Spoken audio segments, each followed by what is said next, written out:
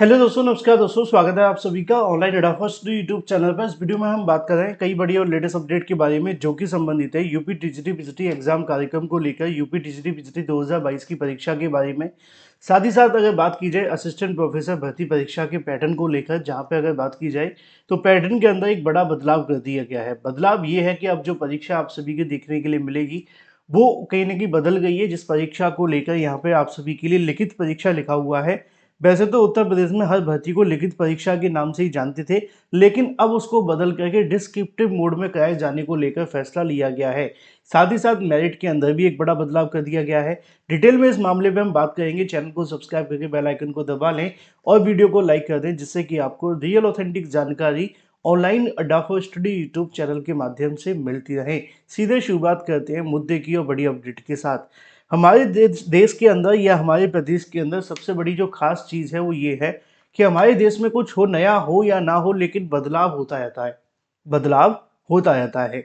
और बदलाव के नाम पे कहीं ना कहीं अगर कहा जाए तो ये उन अभ्यर्थियों के साथ खिलवाड़ किया जाता है जो सालों साल किसी भर्ती की प्रिपरेशन कर रहे होते हैं। आप में से बहुत सारे ऐसे अभ्यर्थी होंगे जो किसी न किसी भर्ती को लेकर तैयारी कर रहे होंगे, प्रिपरेशन कर रहे होंगे, लेकिन कभी कभी एक टाइम ऐसा आता है कि परीक्षा या विज्ञापन या परीक्षा से पहले ऐसे बदलाव कर दिए जाते हैं जो अभ्यर्थियों के लिए नुकसानदायक हो जाते हैं। अब ये बदलाव समय समय पर हर भर्ती में हुए हैं। अगर मैं पुराना इतिहास उठाऊंगा तो वीडियो बहुत लंबा हो जाएगा, लेकिन इन बदलावों की वजह से जो सामना करना पड़ता है अभ्यर्थियों को, उसके लिए कोई सरकार या कोई भी शासन सुनता नहीं है। अब एक बदलाव आप सभी के सामने और देखने के लिए मिल रहा है, और ये बदलाव निश्चित तौर पर कई अभ्यर्थियों के लिए फायदेमंद होगा, कई अभ्यर्थियों के लिए नुकसानदायक होगा। जो अभ्यर्थी फायदेमंद होंगे वो ठीक है, लेकिन जिनके लिए नुकसानदायक होगा वो कहेंगे यार ये क्यों किया गया।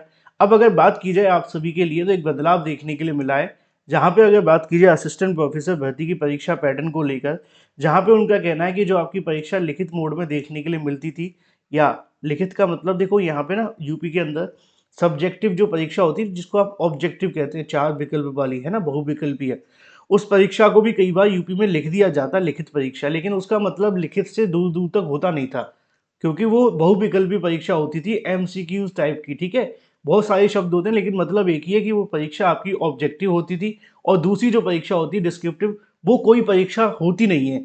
पिछली बार अगर यूपी में कोई परीक्षा हुई थी तो वो 68,500 हुई थी, जो आपकी डिस्क्रिप्टिव मोड में हुई थी। बाद में उसको भी बदलाव कर दिया गया जब दोबारा नई शिक्षक भर्ती निकाली गई 69,000। तो वहां पे भी आप देखते होंगे लिखा होता है समाचार पत्रों में लिखित, लेकिन उसको डिस्क्रिप्टिव मोड में नहीं करवाया गया था, उसको ऑब्जेक्टिव मोड में करवाया गया था। अब आप सभी के लिए एक बड़ा बदलाव देखने के लिए मिल रहा है, और ये जो परीक्षा आप सभी को देखने के लिए मिल रही है उस परीक्षा को लेकर यहाँ पे जो बदलाव आप सभी के लिए किया गया है उसको आपको समझने की आवश्यकता है। और इस बदलाव की वजह से क्या नुकसान होगा, मेरिट कैसे बनेगी, क्या मेरिट के अंदर बदलाव किया गया है, इसकी जानकारी आज ही के अलग अलग समाचार पत्रों में भी दी गई है। सबसे पहले बात कर लेते हैं। लिखा हुआ है कि भाई अब आप गोला काला करने से काम नहीं चलेगा।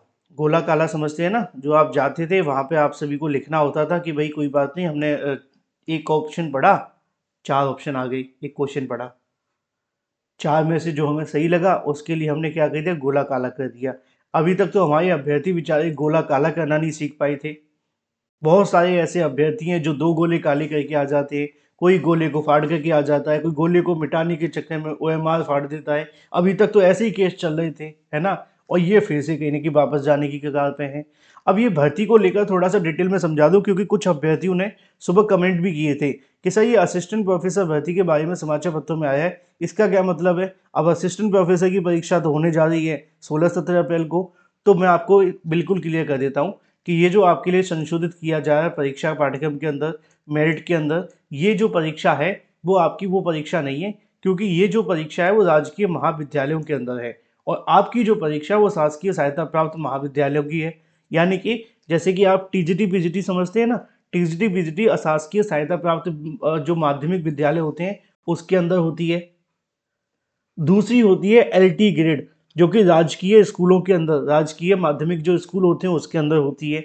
यानी कि दो जो आपके टीजीटी पीजीटी एलटी ग्रेड होते हैं ना, उन्हीं की तरह जो महाविद्यालय होते हैं, जो एक होते हैं सरकार के अंडर में होते हैं जिनको राजकीय महाविद्यालय कहा जाता है, एक होते हैं जो सरकार से सहायता प्राप्त होते हैं, अशासकीय सहायता प्राप्त महाविद्यालय।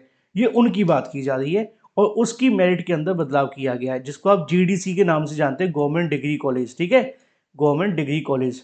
अब इसके अंदर योग्यता क्या होती है, इसके अंदर भी बीएड करने वाले अभ्यर्थियों को आवेदन करने का मौका मिलता है। ये भर्ती यूपीपीएससी से निकाली जाती है, जैसे कि एलटी ग्रेड की वैकेंसी यूपीपीएससी से आती है।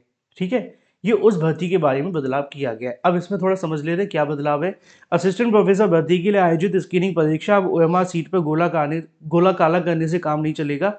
स्क्रीनिंग परीक्षा का पाठ्यक्रम संशोधित किया जा रहा है। अभ्यर्थी अब जो आपकी वास्तुनिष्ठ यानी कि बहुविकल्पीय परीक्षा होती थी, उसकी जगह पर दीर्घ उत्तरीय सवालों के जवाब देने होंगे। अभ्यर्थियों की चयन स्क्रीनिंग परीक्षा के अंक भी जोड़े जाएंगे, यानी कि मेरिट में आपकी स्क्रीनिंग परीक्षा के नंबर भी जुड़ेंगे।